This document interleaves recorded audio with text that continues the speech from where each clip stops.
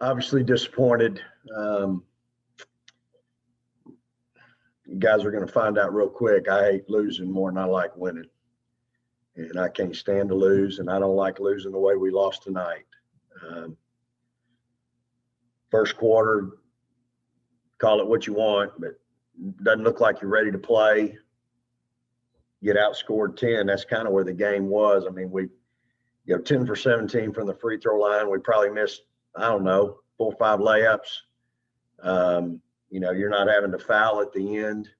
It's a different game, but you got to look. We shoot 33%, 29 from 3, and it's a one possession game with 40 seconds left.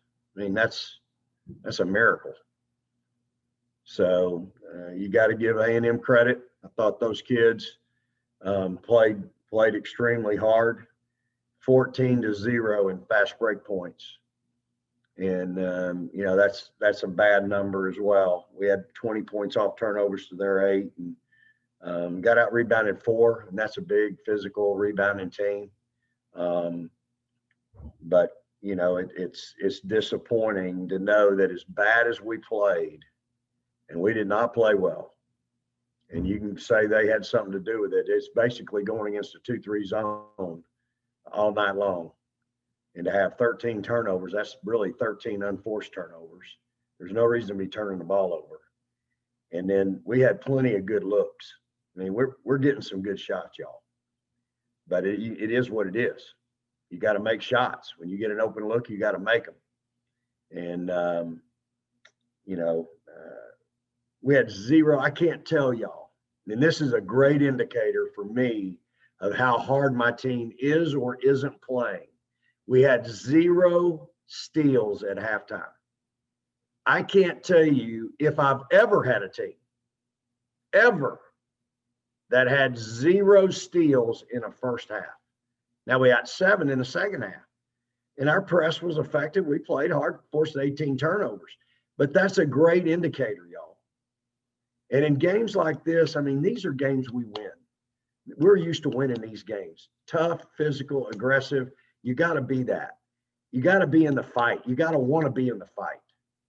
And I thought, we were just talking as a staff. I'm not sure we were quite ready to be in the fight the first quarter, some of us. And so we've got to learn from it, get better. Big week. Got an Idaho team coming in that scores a lot of points. And then you got to get ready for another monster on Sunday. So, again, not, young team. It hasn't changed. We're still that young, inexperienced, and immature team today that we were yesterday, the day before. We're going to be that way tomorrow.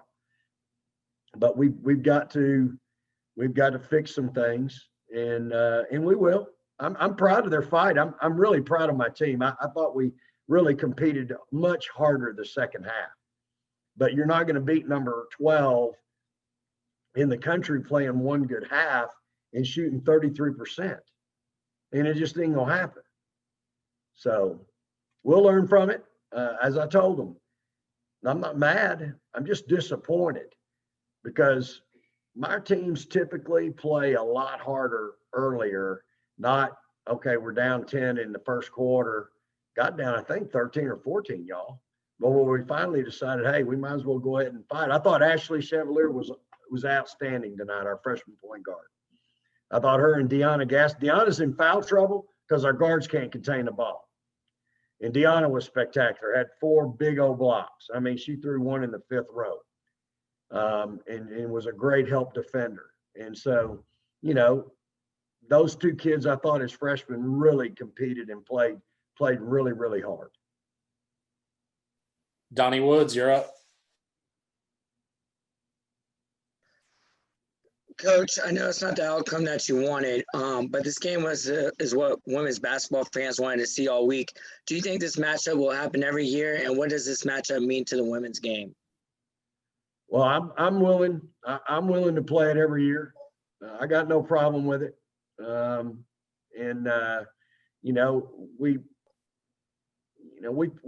We competed, like I said, as bad as we played, y'all. It's a one possession game with 47 seconds, but you can't have a foul to to now make the clock not in your favor.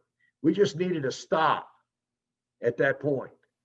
But we fouled, and then they get a new 30, which was down to 22 or something. Well, now you got a foul.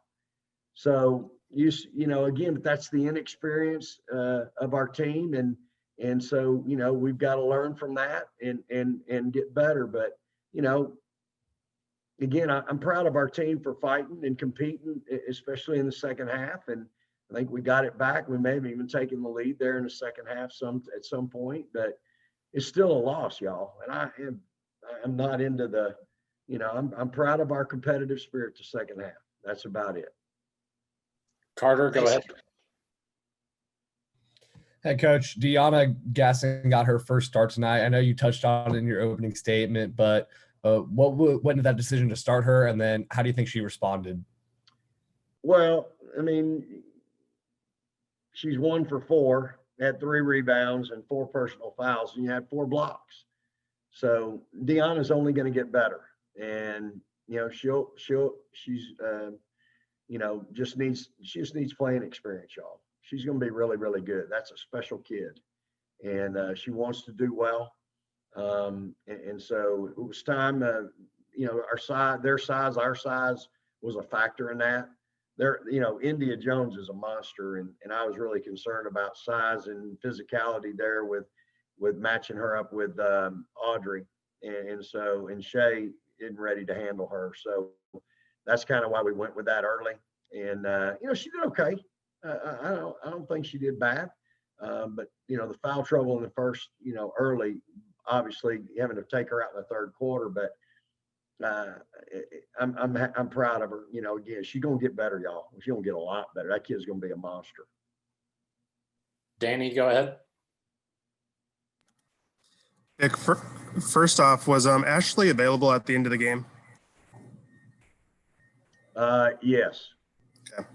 And secondly, what did you think of the lessons Charlie kind of had to learn tonight about how A&M was playing her and how physical they were being with her with their zone? Yeah, I think for Charlie, the lesson is that's how it's going to be until our guards figure out how to do what I want them to do and take the shots I want them to take. I'm not interested in going 7 for 24 from the 3-point line, Danny. And that's what we did. We settled. And they're wide open. But until you get in the gym every day, spend 30 minutes a day on your shot, not 30 minutes the night before or 30 minutes the day of, until you get in the gym every day and work on your craft, it's going to be that way every night. So that's where we are. There's not enough time in practice for me to have 30 minutes every day for kids to shoot. And so you got to be a gym rat. And so that's, hopefully, and I've shared that with them, and hopefully that's where we're at, and we'll learn from it. Got 3 more in the queue. Let's start with Bob. Hey, Coach, you did take the lead in that fourth quarter on those Audrey buckets right at the beginning. Sometimes when you climb that mountain all the way back, it's hard to keep going in that moment. Did you think when A&M went on that 10-0 run that you just kind of hit the wall, or what do you think happened in that moment? Well, I think we got some good shots. They didn't go down. I think we settled. They didn't go down. And then we didn't get back in transition, Bob, a couple of times and gave them easy buckets. I mean, I think that's when they had 4 points on transition. We're not aware of our surroundings, Bob, in transition sometimes. We're over here hugged up on our player, running down, not realizing there's somebody running the left lane, and for whatever reason, there's nobody running with them. So we work on it every day, 3-on-2, 2-on-1. And you got to be able to be aware and try to defend that. So I thought we took some, I don't know that the shots were bad, but I don't think they were our shots. And we settled. And then,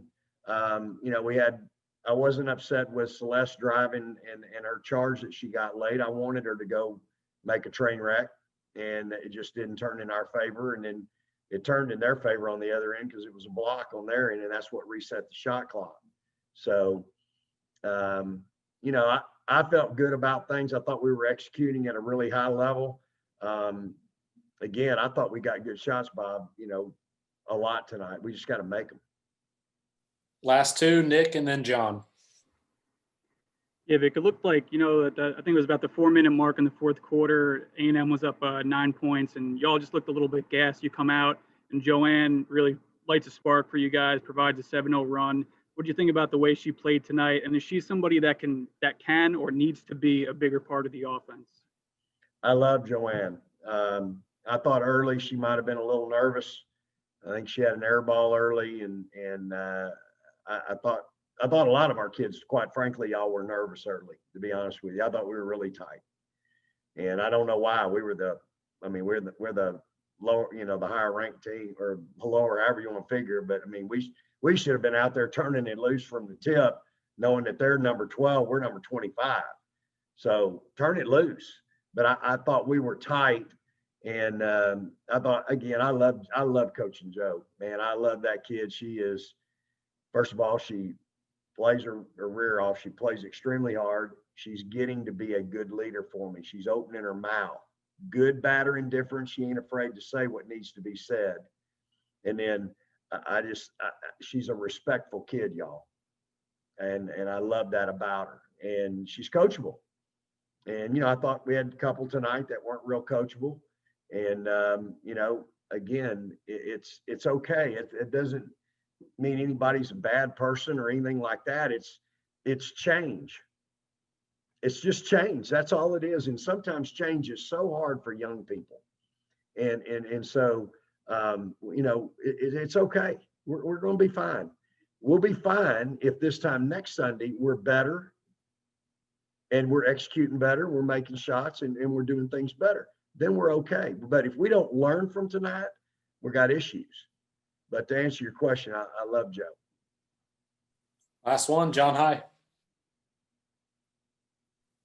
Coach, you kind of hit on it a little bit right there, but you said your teams typically play harder. Why do you think your team didn't play as hard? Is it just because they're young? Because like you said, they knew they were playing a good team. Yeah, John, I got 2 kids that played 20 minutes a game last year. That's it. Of our 10 available, 4 are freshmen. And this isn't excuses. I'm just telling you how this is reality. Joe is the next one in on our team that played 17. And then after that, there's not a lot of experience. So again, I don't know if their nervousness early hindered them doing and turning it loose. I don't know. But no steals at halftime. Man, when I saw that, I mean, that is a defining stat for me. I mean, that's a great indicator. And so, we had 7 in the second half. Well, why didn't we have 7 in the first half? And so it's just part of it. I mean, hey, I'll wear the responsibility of that. I got to have them ready to go, man. When they come out of that locker room, they got to be like they've been pent up and they're ready to get out and get going, And so that's my responsibility as a head coach. I got to make sure we're out, and it's just 2 games in a row now, y'all, where we haven't really come out and punched, in that first quarter. And so we'll address that, and I'll make sure. Prayer went a little long before maybe, and I didn't get them out and let them get layups, for 4 minutes. Instead, we only got 2.5. Maybe I got talking too long and we didn't get to, so I mean, I'm evaluating everything every day, all day, and I'm not afraid to, to address what needs to be addressed. And again, I wear it. I'm responsible. At the end of the day, I'm responsible for everything we've talked about. And so we'll work on it and we'll fix it. And again, y'all, the film don't lie. So when you go to look at film, the film is a great, man, it's the thing that you look in the mirror, because the film doesn't lie. When we look at this film, they're going to realize even more. We had a great opportunity tonight to beat a really good team, a well-coached team, and we let it slip away. So, and that's part of growing and part of learning, but we'll get better. We're going to learn from it. And again, I'm proud of how we competed that second half. Thank you, Coach. Appreciate y'all. Praise the Lord and hook 'em.